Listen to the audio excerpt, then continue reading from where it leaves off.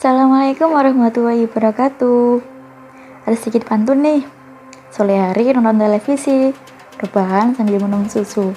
Sebelum dimulai presentasi, mari saya perkenalkan diri dahulu.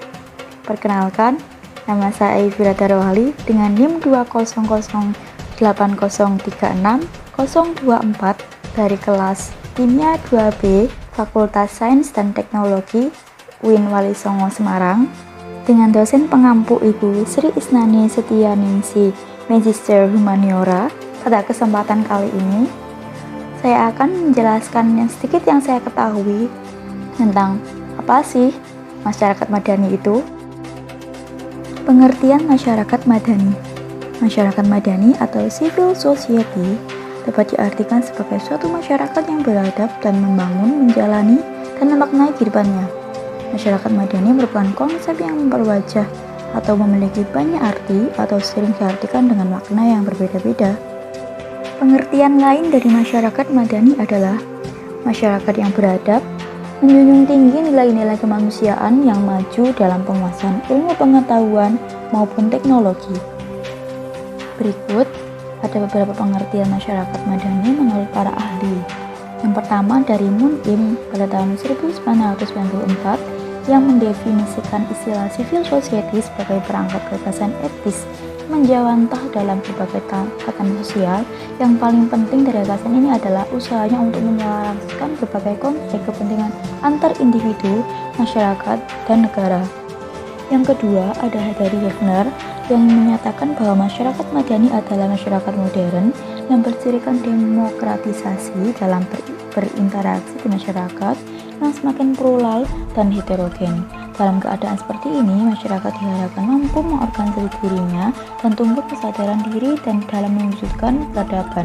Mereka akhirnya mampu mengatasi dan berpartisipasi dalam kondisi global, kompleks, penuh persaingan dan perbedaan. Yang ketiga ada dari Mahasin pada tahun 1995. Dia menyatakan bahwa masyarakat madani sebagai terjemahan bahasa Inggris civil society dari kata civil society sebenarnya berasal dari bahasa Latin yaitu civitas Dei yang artinya kota ilahi dan society yang berarti masyarakat. Dari kata civil yang akhirnya membentuk kata civilization yang berarti peradaban. Oleh sebab itu, kata civil society ini dapat diartikan sebagai komunitas masyarakat kota, yakni masyarakat yang telah berperadaban maju. Yang keempat ada istilah madani menurut Munawir pada tahun 1997 yang sebenarnya berasal dari bahasa Arab menurut beliau, yaitu kata madani yang berakar dari kata kerja madana yang berarti mendiami, tinggal, atau membangun. Kemudian berubah istilah menjadi madani yang artinya peradaban, orang kota, orang sipil yang bersifat sipil atau perdata. Dengan demikian, istilah madani dalam bahasa Arab mempunyai banyak arti.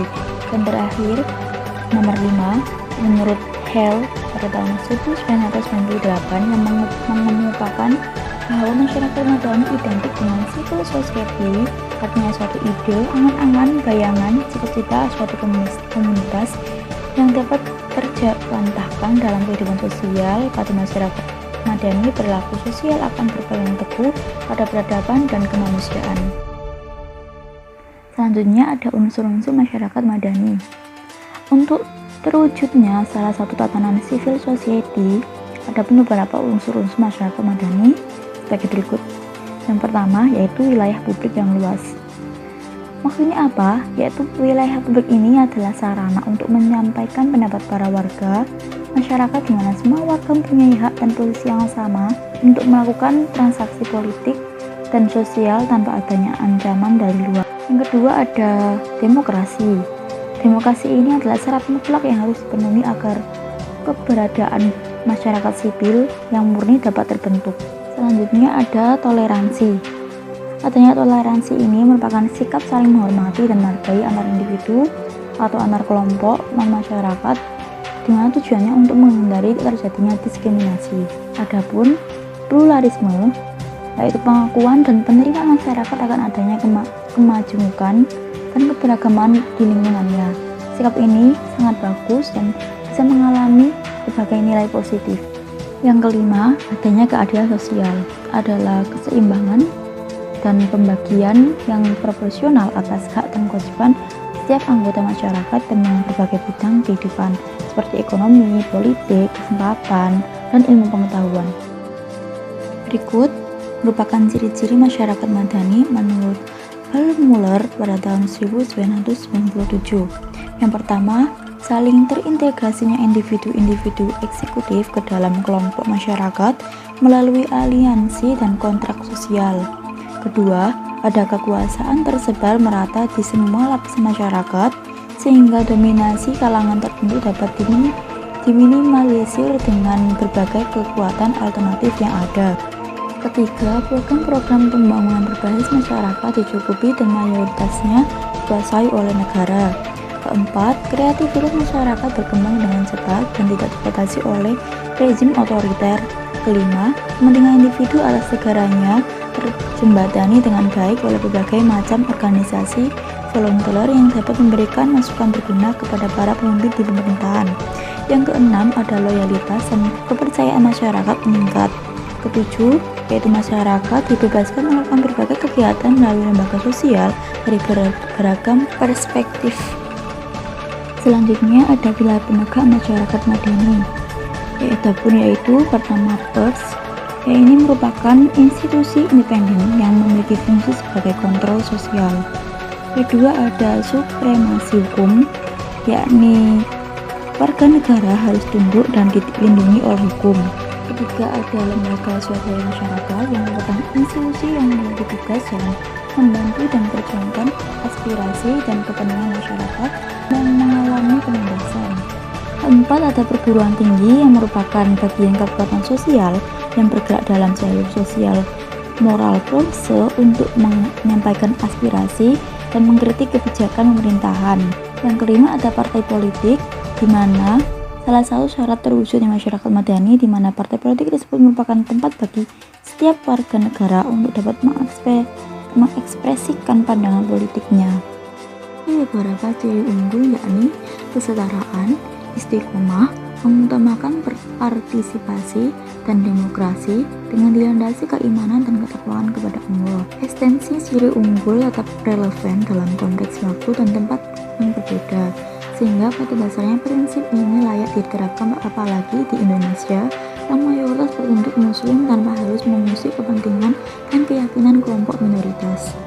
Selain itu, Rasulullah mengajarkan 3 karakteristik keislaman yang menjadi akar pembangunan masyarakat madani, di antaranya yang pertama yaitu Islam humanis, berarti bahwa ajaran Islam yang diberikan oleh Rasulullah adalah kompatibel dengan fitrah manusia. Yang kedua ada Islam moderat, kesetimbangan ajaran Islam yang ditetapkan dalam berbagai kehidupan manusia baik secara vertikal maupun horizontal. Yang ketiga ada Islam toleran, yakni ajaran Islam yang berkaitan dengan menganut agama Islam sendiri dan penganut agama lainnya. Dalam ketiga karakteristik tersebut, semuanya saling berhubungan. Adapun analisis masyarakat madani berdasarkan Al-Quran. Di dalam Al-Quran, kehidupan masyarakat madani adalah baldatun thayyibatun wa rabbun ghafur, yang diartikan sebagai negeri yang baik di atas keridhaan Allah. Hal ini sejalan dengan pengertian masyarakat ideal atau madani, yaitu bahwa ampunan keridhaan Allah serta menjunjung tinggi rukun iman, rukun Islam, fungsi iman kepada Allah SWT, dan hukum syariat lainnya. Konsep masyarakat madani menurut perspektif Islam sudah diatur dalam Al-Quran yang dibagi menjadi 3 jenis. Yang pertama yaitu masyarakat terbaik atau khairah ummah dalam Quran Surat Al-Imran ayat 110, yang berarti kamu adalah umat terbaik untuk seluruh umat manusia. Kamu menyuruh kepada yang ma'ruf, mencegah yang mungkar, untuk beriman kepada Allah. Apabila Alkitab beriman, maka itu lebih baik bagi mereka. Ada yang beriman di antara mereka, dan kebanyakan mereka adalah fasik. Maksud dari ayat tersebut adalah konsep masyarakat yang ideal. Mereka ditugaskan untuk mengembangkan berbagai fungsi, di antaranya menyuruhkan kebaikan, mencegah terjadinya kemungkaran. Selain itu, mereka juga tidak boleh bercerai-berai dan saling berselisih paham. Yang kedua adalah masyarakat yang seimbang, yakni ummatan wasatun.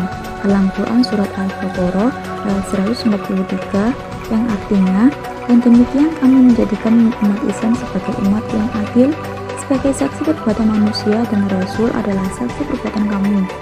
Dan kami tidak menetapkan kiblat sebagai kiblatmu kecuali agar kami mengetahui siapa yang mengikuti Rasul dan yang ingkar. Dan sesungguhnya memindahkan kiblat ke barat adalah orang yang mendapat petunjuk dari Allah dan tidak menyiapkan imanmu. Allah Maha Pengasih lagi Maha Penyayang. Maksud dari ayat tersebut adalah menjelaskan bahwa masyarakat seimbang adalah masyarakat yang berada di posisi tengah-tengah, yaitu menggabungkan yang baik dari yang tertentang. Yang ketiga adalah masyarakat moderat atau muqtasidah. Dalam Quran Surat Al-Ma'idah ayat 66 memiliki arti, dan mereka menjalankan Taurat, Injil, dan Al-Quran diturunkan duanya. Mereka mendapatkan makanan dari atas dan dari bawah. Di antara mereka ada golongan pertengahan, dan alangkah buruk yang dikerjakan mereka.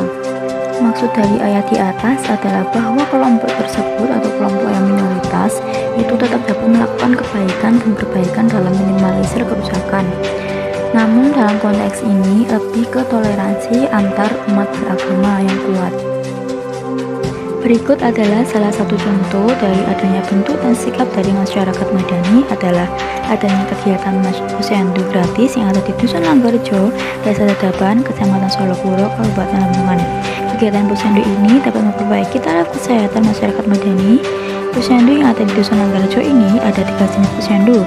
Yang pertama ada posyandu balita, posyandu remaja atau PKR, ada posyandu lansia atau PKL.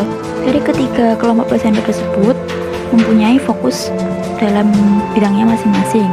Seperti pada posyandu balita itu lebih memfokuskan untuk memperbaiki taraf gizi balita mulai dari umur 0 sampai 5 tahun karena untuk memperhatikan tumbuh dan kembangnya. Untuk posyandu remaja atau KBR itu lebih memfokuskan ke arah seperti adanya upaya untuk tidak menikah di usia dini dan upaya bila menunda kehamilan pada remaja muda yang sudah terlanjur menikah di usia dini.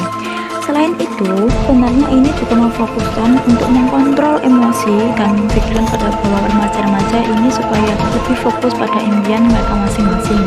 Untuk posyandu lansia atau KBL yang usianya dari 59 tahun sampai lanjut usia itu biasanya lebih ke mengecek kontrol darah, kontrol gula darah. Selain itu juga biasa dilakukan pengecekan pada kolesterol, asam urat, dan lain sebagainya.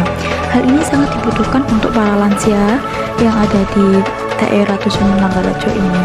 Menurut Ibu Husnul Khotimah selaku Kepala Kader Posyandu Dusun Langgarjo, antusiasme masyarakat yang ada di Dusun Langgarjo sangat bagus sekali.